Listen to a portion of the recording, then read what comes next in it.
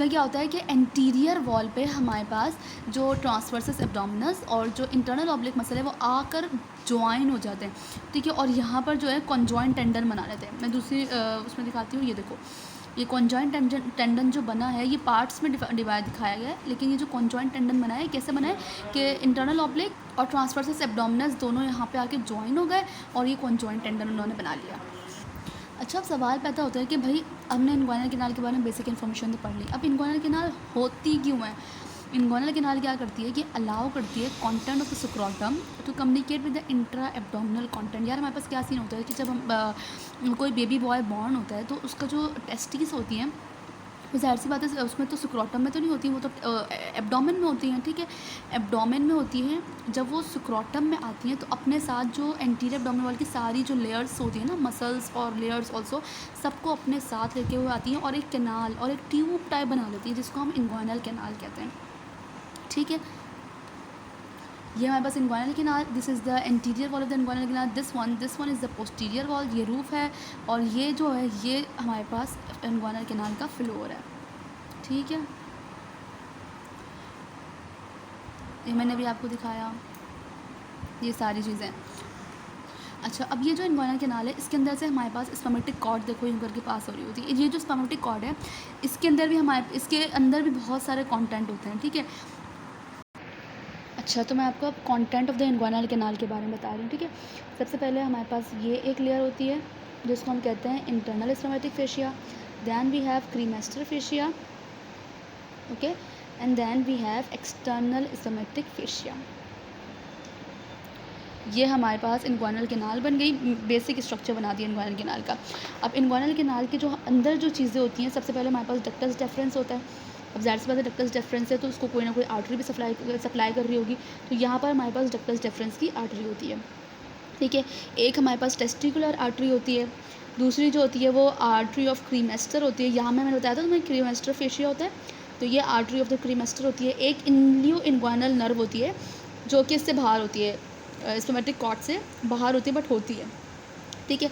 अब जहाँ आर्टरीज होती हैं वहाँ हमें पता है वेंस तो होती हैं, तो यहाँ हमारे पास ये वेंस होती हैं और इन वेन का बड़ा ही को अजीब सा नाम है और वो नाम है पेम्पिनिफॉर्म प्लेक्सस, ठीक है।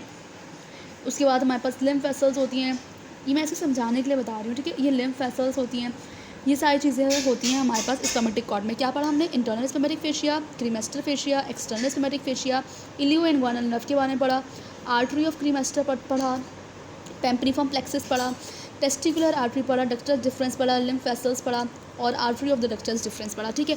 अब मैं आपको mechanism of the ilio inguinal inguinal canal बताऊंगी। अच्छा, अब मैं आपको बताने जा रही हूँ सबसे पहले मैकेनिज्म जो अपनी बुक में देखोगे वो फ्लैप वॉल मैकेनिज्म है, ठीक है। ये हमारे पास इन्ग्वाइनल कैनाल है जो कि रेड से दिख रही है आपको।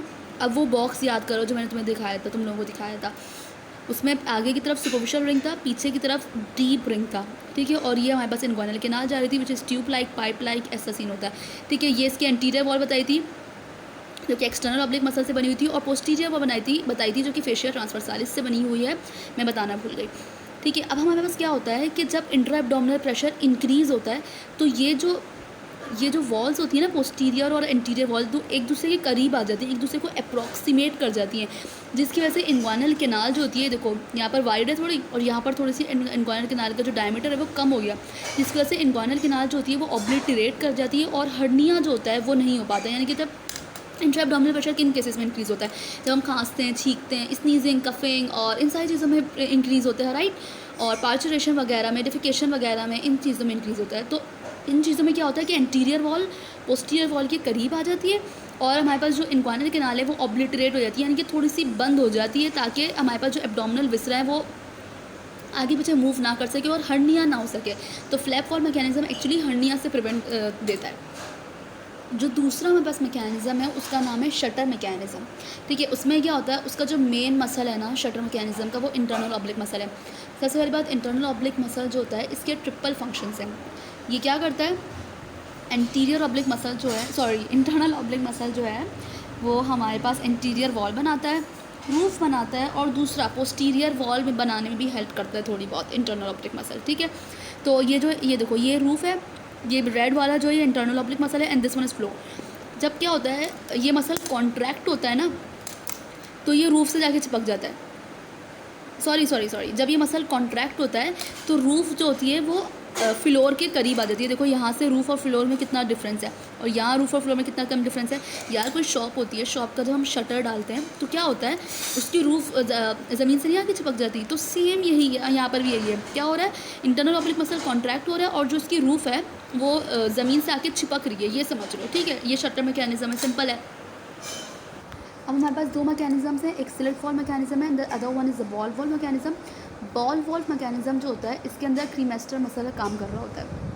इसमें क्या होता है कि क्रीमेस्टर मसल जब कॉन्ट्रैक्ट होता है तो जो डीप सुपरफिशियल इन्ग्वानल रिंग है, इससे हमारे पास स्पर्मेटिक कॉर्ड बाहर आ जाती है। ये क्या करता है, बस सिंपल सी है कि स्पर्मेटिक कॉर्ड को बाहर निकालने में काम करता है।